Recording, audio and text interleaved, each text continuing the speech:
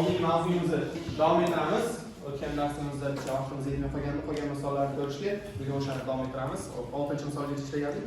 Hozir men yana sof nomerlilardan 3 ta yoki 4 ta ishlab beraman. Keyin yana juft nomerlilarni o'zingizlar ishlab ketaverasizlar. Endi nima shu toqni ishlab beryapman? Keyingisi juftni shu bilan masalan.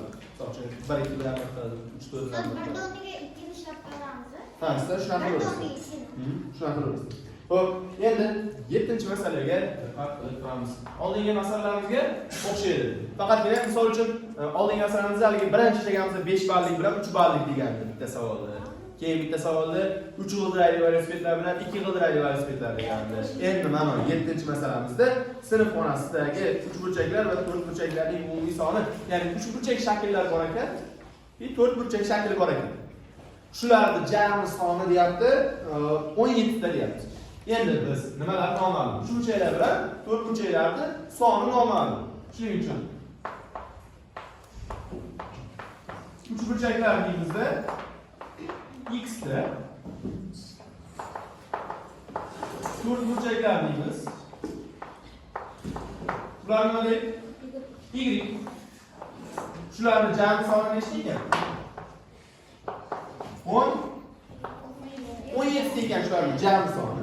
Endi ularning uchlarining umumiy soni 58 ta. Uchlarning soni umumiy 58 ta deyapti. 3 burchakdan x ta bo'lsa, uchlarning sonini topishni nima qilamiz? 3 ga ko'paytiramiz. Shuni uchlarning sonini chiqarib. 4 burchakdan y degan uchlarning sonini topish uchun 4 ga ko'paytiramiz. Shunda jami ularning uchlarning soni 58 ekan. Shu sistemani ishlab qo'ysak bo'ldi. Yana mana sistemani ishlash uchun birinchi nima qilamiz? Tanlaymiz. Nimani yo'qotamiz? X yo'qotaylik. X oldirib bilasan, kichkinaroq olamiz. 3 ga ko'paytiramiz. Nima qilamiz tepada? 3 ga ko'paytirsak. 50.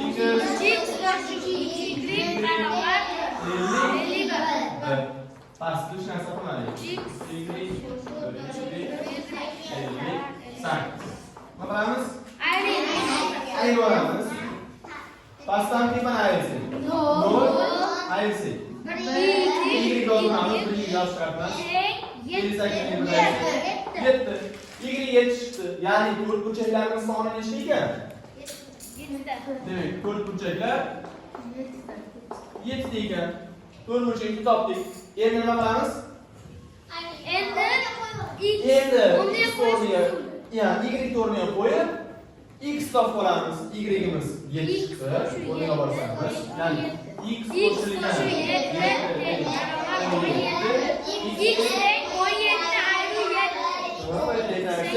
10. Demak, 3 burchaklarimiz soni 10 ekan.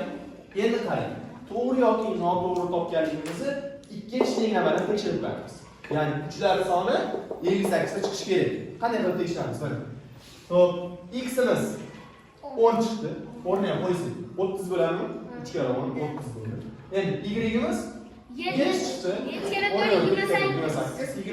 30 qo'ysak, 58. Nima masalani? To'g'ri ishlaymiz.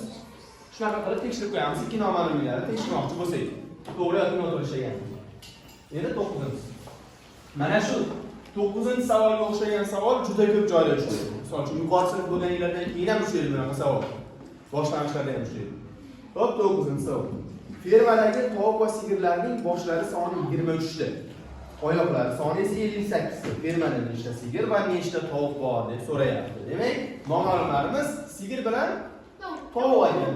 Xo'p, demak, yozib olamiz. Sigir nechta? Sigir nechta? Noma'lum yo'q, x da. Tovuq y da. Shularning boshlari soni nechta ekan? Y barobar 23 ekan. Yana qarang. Oyoqlari soni 58 ta deyapti. 58. Nima qilamiz?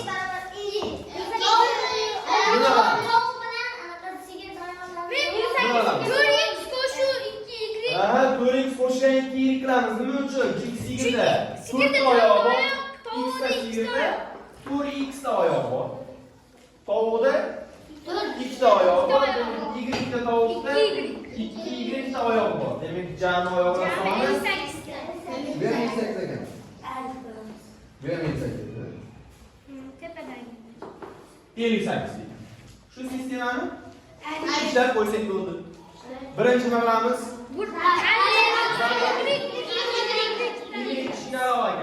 Yigit olib turibdi, ibarga necha ko'paytiramiz? 2 ga ko'paytiramiz. 2 barobar 2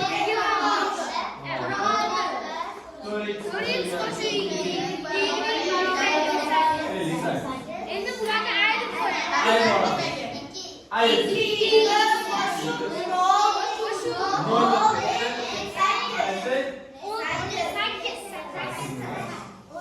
12. X necha? 6. X nima belgiladik?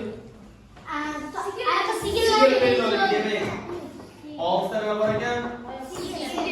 Sigir bor ekan. Endi tovuq topish qilamiz. Tovuq topish uchun o'rniga qo'yishdan foydalanamiz. o'rniga qo'yishdan Balki ikki sonning oldini qo'yamiz. 6 barobar 23. Y barobar 2 barobar 17. 7. Demak, 17 ta nima bor ekan? Tovuq bor ekan. Tekshirib ko'ramiz, to'g'ri topdingmi, noto'g'ri topdingmi? Demak, oyoqlari sonini to'g'ri chiqsa, to'g'ri topgan bo'lamiz. Demak, 6 ta sigir nechta oyoq bo'ladi? 24 ta oyoq bo'ladi. 17 ta tovuqda 34 ta. 24 ta 34 bo'lsa 58. Demak, to'g'ri ishlayapmiz. Xo'p. 11 da ishlamay qo'yayapti. 11 da ham qo'ylar bilan tovuqlar berilyapti. Uni o'zingizlar ishlab qo'yasizlar. Qo'y bilan tovuqlar berilyapti. 11 ham bir xil. Xo'p. 12 ishlayman. 12 shunga o'xshaydi.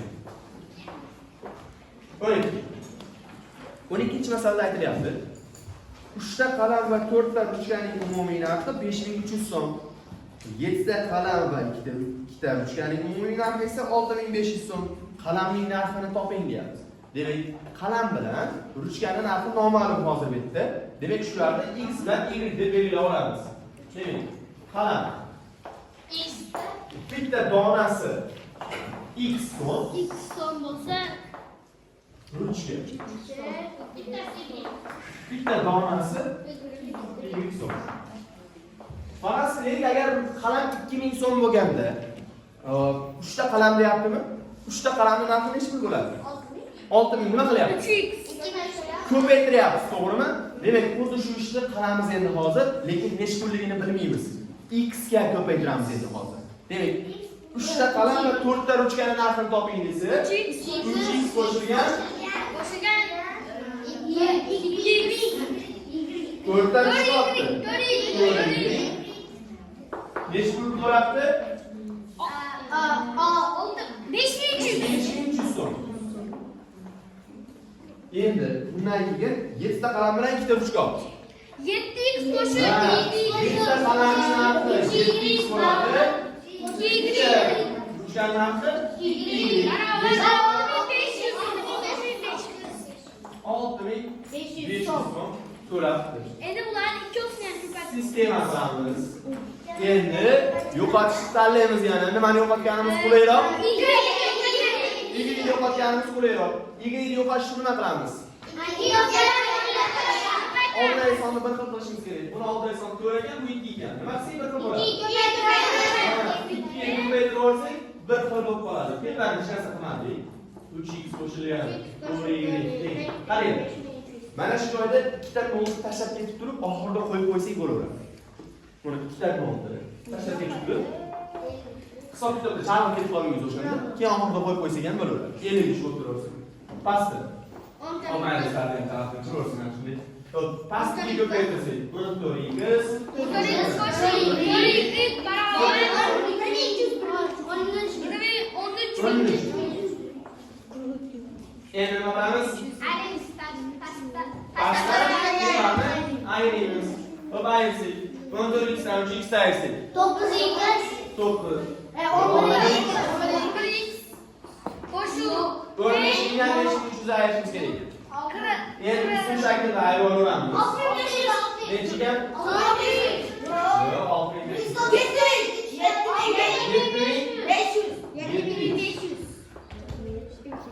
7500 ekan.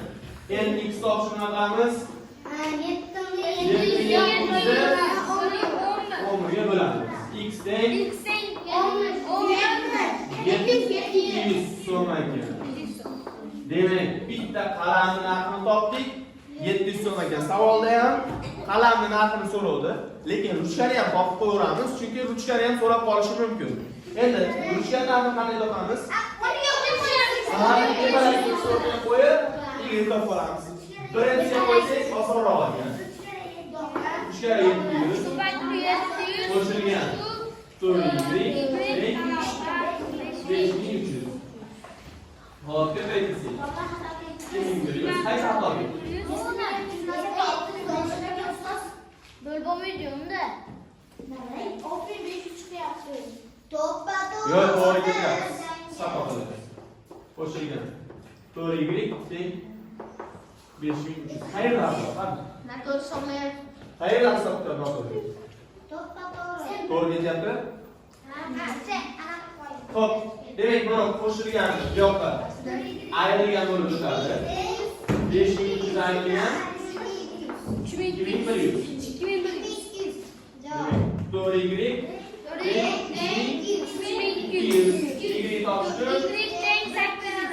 bo'lib qo'yamiz. 800 nechi bo'ladi? 800 so'm. Endi demak bitta ruchkani 800 so'm ekan, bitta qalam narxi 700 so'm ekan. Hop, tekshirib qo'yaylik, ikkinchisiga qo'ying. Demak, bitta qalam narxi 700 so'mdan 4900. Bitta ruchkani narxi 800 so'mdan 4900 ko'rsak, 6500. Demak, to'g'ri ishlatibmiz. Xo'p, mana shu uchalasini yozib olib, hop, yozib bo'lgandan keyin hozir men yettirishlarib 8, 10, 11 bo'linishda hisoblashingiz. 8, 10, 11 bo'linishda sizlar ishlasizlar.